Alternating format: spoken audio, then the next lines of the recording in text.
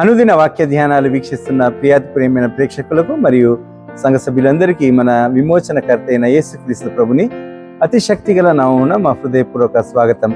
Lent ధ్యానాలలో భాగంగా ఉపవాసము, fasting అనే అంశంపై మన ACTC pastor trainee reverend N Suresh గారు ఇప్పుడు వర్తమానాన్ని అందిస్తారు. సందేశానికి ముందు ఈ భక్తి గీతం.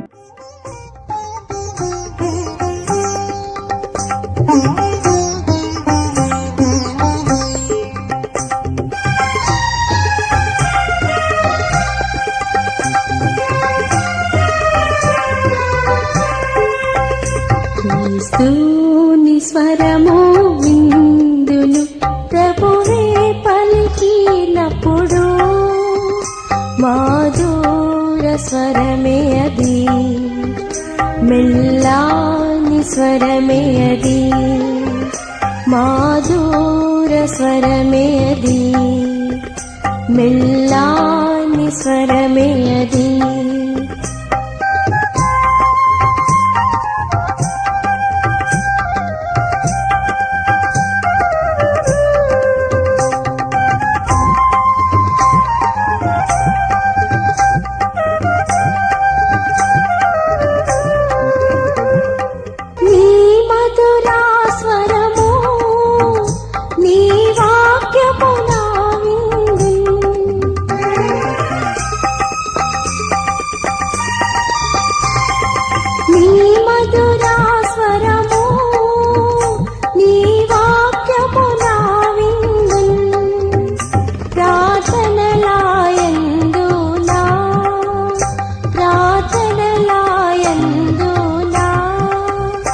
ప్రతిదినము పల్కెదవు ప్రార్థనలాయందునా,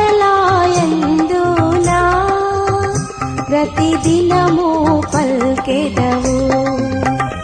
క్రీస్తుని స్వరము విందును ప్రభువే పలికినప్పుడు మాధుర స్వరమే అది, మెల్లాని స్వరమే అది, మాధుర స్వరమే అది, మెల్లాని స్వరమే అది.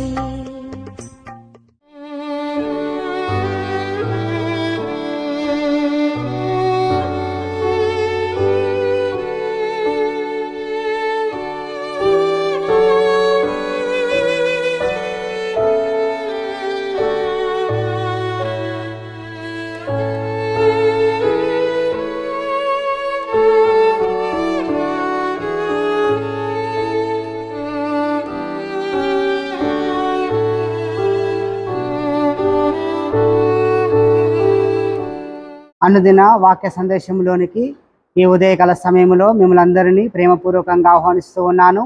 పోలిటీనిట్ చర్చి బొల్లారం సంఘ సభ్యులందరికీ ఈ ఉదయకాల శుభములను తెలియజేస్తూ ఉన్నాను.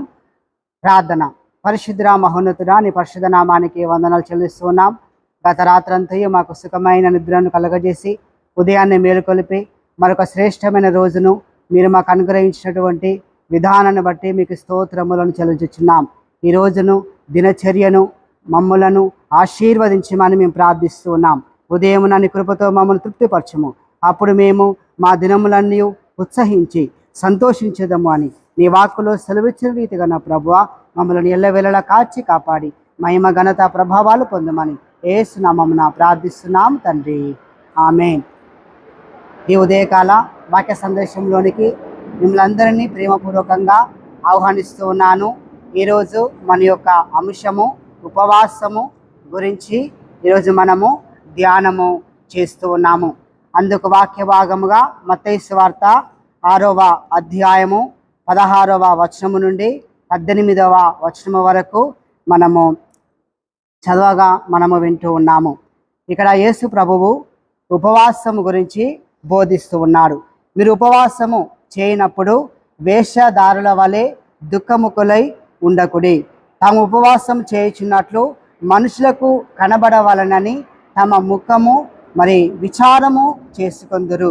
అయితే ఉపవాసము చేయుచున్నట్లు మనుషులకు కనబడవలనని కాక రహస్యమందున్న నీ తండ్రికే కనబడవలనని ఉపవాసం చేయనప్పుడు నీ తల అంటుకొని నీ ముఖము కడుక్కొనుము, అప్పుడు రహస్యమందును చూచుచున్న నీ తండ్రి నీకు ప్రతిఫలం ఇచ్చును. ఉపవాసం గురించి ప్రభు బోధిస్తూ ఉన్నాడు. ఉపవాసము అనగా అన్నపానములను మానివేయుట, పరిశుద్ధ కార్యము కొరకు వదిలివేయుట అని భావము. ఉపవాసము ఆధ్యాత్మికమైన శక్తిని పొందుకోవడానికి ఉపవాసము ఉపయోగపడుతుంది. ఉపవాసము శోకాన్ని వ్యక్తపరచుటకును, మనసులోని చెడు తలాంపులను నిగ్రహించుకోవడానికి, దేహాన్ని మన అదుపులో ఉంచుకోవడానికి ఉపవాసము తోడ్పడుతూ ఉంది. మానవ శరీరము అశాశ్వతమైనది, ఆత్మ శాశ్వతమైనది కనుక ఈ అశాశ్వతమైనటువంటి ఈ శరీరము కనుక మనము ఉపవాసము ద్వారా మన యొక్క శరీర బలహీనతలను మనము సాధించడానికి, మన యొక్క శోధనలు జయించడానికి మనము ఉపవాసము మనకు ఎంతగానో తోడ్పడుతూ ఉంది. ఈ లోక వాంఛలకును మనము దూరమై పరలోక కాంక్షలకును దగ్గరవుటకును ఈ ఉపవాసము మనకెంతో దోహదపడుతూ ఉంది. ఉపవాసము గురించి మనం చూసినట్లయితే పరిశుద్ధ గ్రంథములో ఎన్నో విధాలుగా వ్రాయడము మనం చూస్తూ ఉన్నాం. పూర్వం ఉపవాసాన్ని దేవుని దర్శనము కొరకు, నివారణ రహితమైన వ్యాధి స్వస్థత కొరకు ఉపవాసము ఉండేవారు.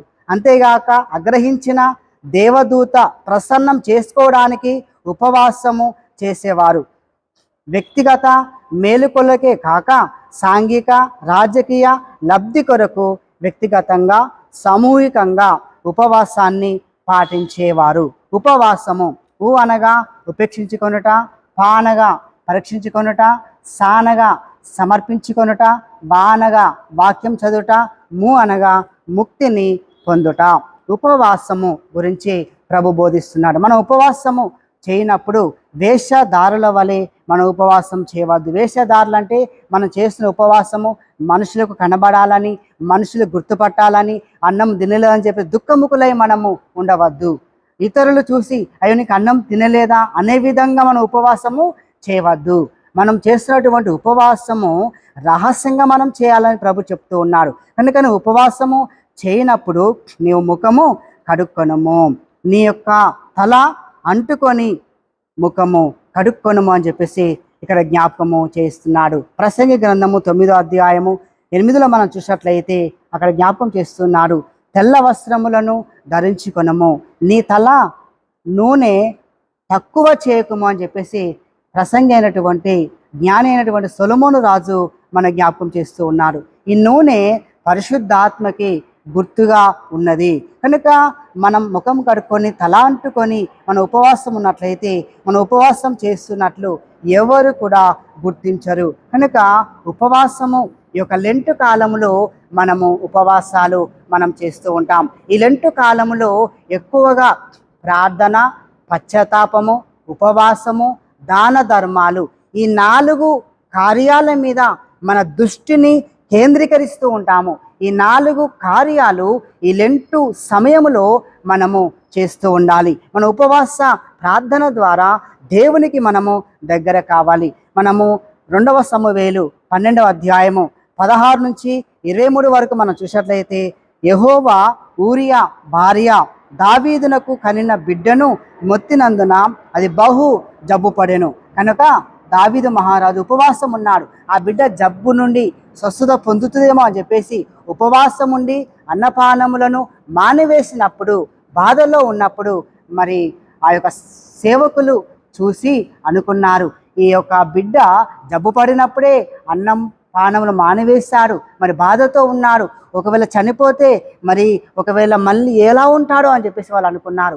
ఆ సమయంలో దావీదు బిడ్డ బతికి ఉందా అన్నప్పుడు లేదు మరణించిందని చెప్పినప్పుడు ఆ యొక్క దావీదు ఆ ఉపవాసం నుండి మరి నిల్చొని వెళ్ళి మరి ఎందుకనగా ఇక ప్రతిఫలం లేదు అనుకొని తన ఉపవాసాన్ని విరమించినట్లుగా మనం అక్కడ చూస్తూ ఉన్నాం. దానియేలు గ్రంథము 9వ అధ్యాయము 3లో మనం చూసినట్లయితే నేను గోనెపట్ట కట్టుకొని ధూళి తలపైన వేసుకొని ఉపవాసం ఉండి ప్రార్థన విజ్ఞాపనలు చేయుటకై ప్రభువు దేవుని ఎదుట నా మనస్సును నిబ్బరము చేసుకుంటుని అని చెప్పేసి ఇక్కడ మన జ్ఞాపకం చేస్తున్నాడు. అలాగే రాజుల మొదటి గ్రంథము 21వ అధ్యాయము 27లో మనం చూస్తే ఆహాబు ఆ మాటలు విని తన వస్త్రములు చింపుకొని గోనెపట్ట పట్టుకొని ఉపవాసము ఉండి మరి ఉన్నట్లుగా మనం చూస్తూ ఉన్నాం. అలాగే 69వ కీర్తన 10వ వచనం, ఉపవాసము ఉండి నేను కన్నీరు విడవగా అది నాకు నిందాస్పదమాయను. ఉపవాసం ఉండగా కొందరు మరి మనల్ని నిందిస్తారు, కొందరు మనల్ని అవమానిస్తారు, కొందరు మనల్ని గేలు చేస్తూ ఉంటారు. ఇక్కడ కీర్తనకారుని కూడా ఆయన ఉపవాసం ఉండగా కొందరికి నేను నిందాపస్పదన అవుతుంది అని చెప్పేసి అక్కడ మన జ్ఞాపకం చేస్తున్నారు. మనుషులు వైపు చూడకుండా దేవుని వైపు చూస్తూ రహస్యంగా ఉపవాసము చేయమని ప్రభు చెప్తూ ఉన్నాడు. ఎందుకంటే రహస్యాన్ని బట్టబయలు చేసేటువంటి ఆ యొక్క దేవుడు కనుక ఈ లెంటులో మనము ఉపవాస ప్రార్థనలు చేస్తూ మనకు ఎదురవుతున్నటువంటి సైతాను శోధనలు మనం జయించే శక్తి కృప దేవుడు మనకు దయచేయునుగాక. ఆమేన్.